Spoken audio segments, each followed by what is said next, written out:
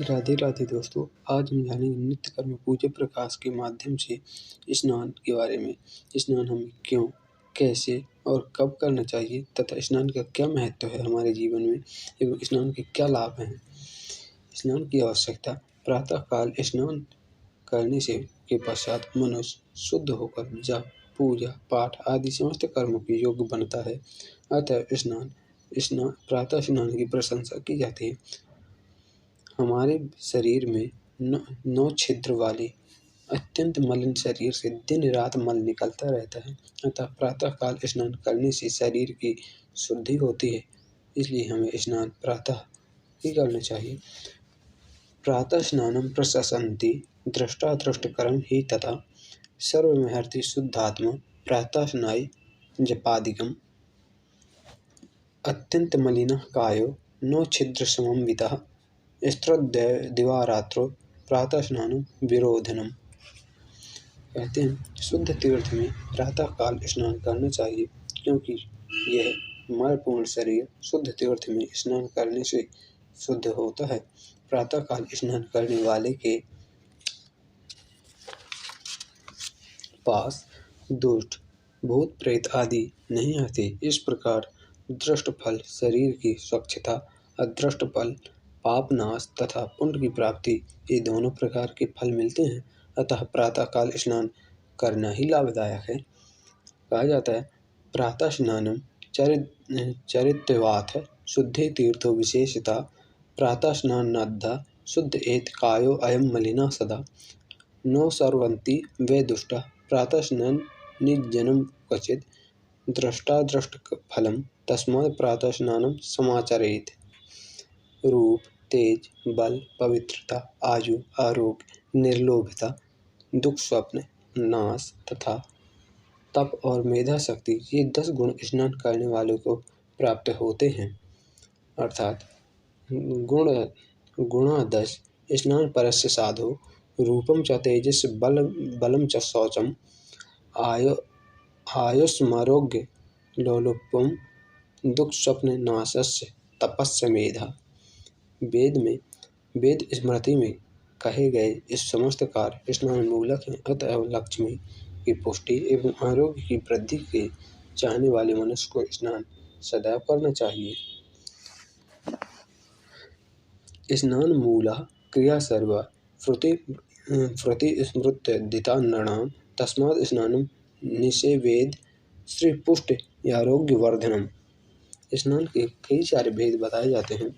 कहा जाता है कि स्नान के भेद हैं मंत्र स्नान, भौम स्नान, अग्नि स्नान, वायव्य स्नान, दिव्य स्नान, वारुण स्नान और मानसिक स्नान।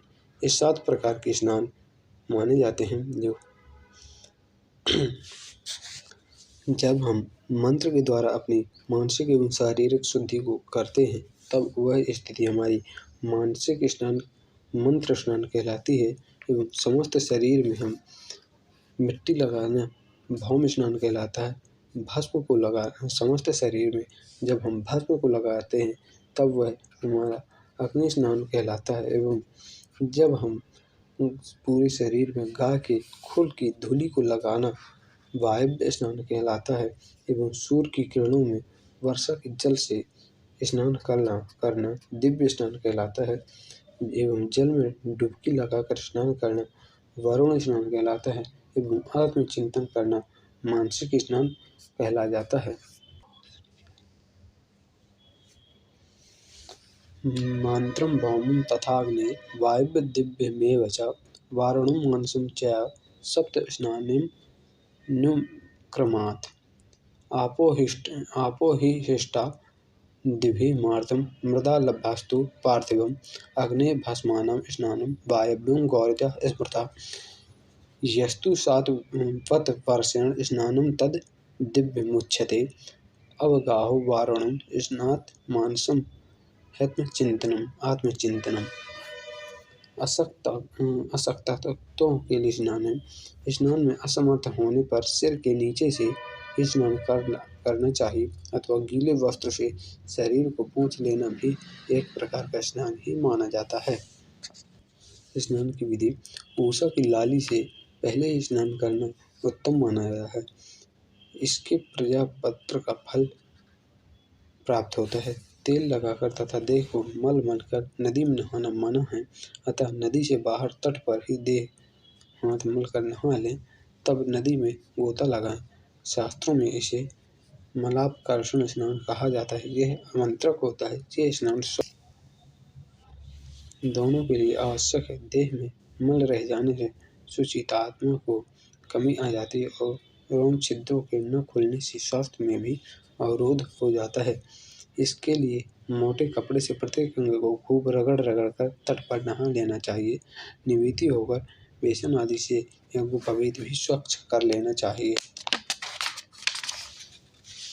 एवं हमें स्नान करने से पूर्व हमें कुछ गंगा जी की उन पंक्तियों को बोलना चाहिए जिनमें उन्होंने कह रखा है कि स्नान के समय मेरा जहाँ कोई स्मरण करेगा वहाँ के जल में मैं आ जाऊंगी, अपना मेरा वास वहाँ होगा।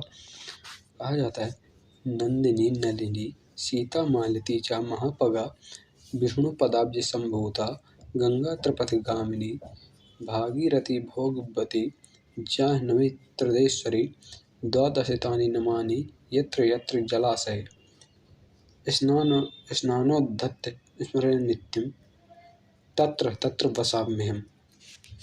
स्नान के तदंतर तत्पश्चात हमें कुछ इस मंत्र को हमें अपने सभी अंगों में मिट्टी अथवा चंदन को लगाना चाहिए।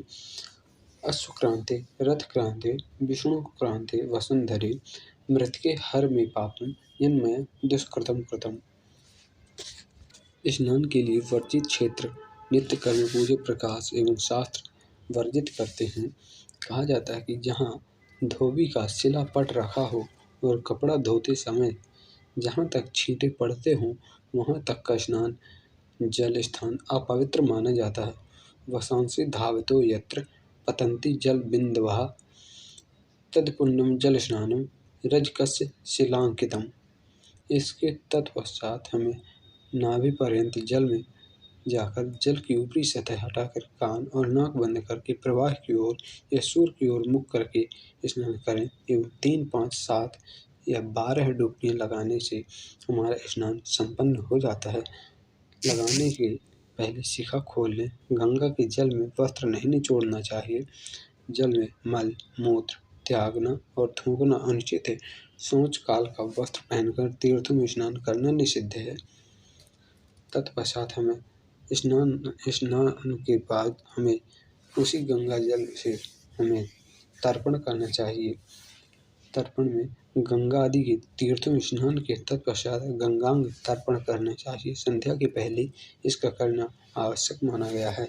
यही कारण है कि अशौच में भी इसका निषेध नहीं होता है तथा विहित व्रत के लिए भी यह विहित है। तर्पण हमारे 3 प्रकार के होते हैं। तर्पण पहला देव तर्पण, दूसरा ऋषि तर्पण, तीसरा पितृ तर्पण अर्थात देव तर्पण। इसे साप्त्रक तर्पण भी कहते हैं। इसमें सब शुद्ध होकर पूर्व की ओर मुख करके अंगोछे को बाएं कंधे पर रखकर देव तीर्थ से मंत्र पढ़कर एक जलांजलि देते हैं। ऋषि तर्पण उत्तर की ओर मुँह करके निवृत्ति होकर जनेऊ को माला की तरह गले में पहनकर और गमछे को भी माला की तरह लपेटकर प्रजापति तीर्थ से 2 अंजलि जल में छोड़ते हैं। तथा पश्चात पितृ तर्पण, इसमें हम दक्षिण की ओर मुँह करके अपशब्द होकर जनेऊ को दाहिने कंधे और बाएं हाथ के नीचे करके गमछे को भी दाहिने कंधे पर रखकर पितृ तीर्थ से 3-3 जलांजलि देते हैं। तदंतर पश्चात स्नान एवं तर्पण के तत्पश्चात हमें शिखा का बंधन करना चाहिए, जिसमें हम स्नान, दान, जप, होम, संध्या और देवार्चन कर्म के बिना शिखा बांधे कभी नहीं करना चाहिए। जैसा कि कहा जाता है, स्नाने दाने जपे होमे संध्यायाम देवार्चने शिखा ग्रंथि बिना कर्म न कुर्याद वे कदाचन। अर्थात शिखा बांधने का मंत्र यह है, चिंद्रोपिणी महामाये दिव्य तेज समन्विते तिष्ठ देवी शिखा मध्ये तेजो वृद्धि कुरुच्च में अथवा अगर यदि हमें यह मंत्र नहीं आता है तो हम गायत्री मंत्र से भी शिखा को बांध लेते हैं। शिखा न हो तो उसके स्थान पर हम अपना हाथ को रखकर या कुशा रख लें, लेकिन इसका विधान शिखा होने का ही बताया जाता है। तो दोस्तों, ये था हमारे नित्य कर्म पूजा पाठ का 5वां भाग, जिसमें हमने आज आपको बताया स्नान के बारे में। स्नान हमें कब, कैसे, कहाँ और किस लिए करना चाहिए, एवं इसके तत्पश्चात हमने आपको तर्पण बताए एवं शिखा बंधन बताया।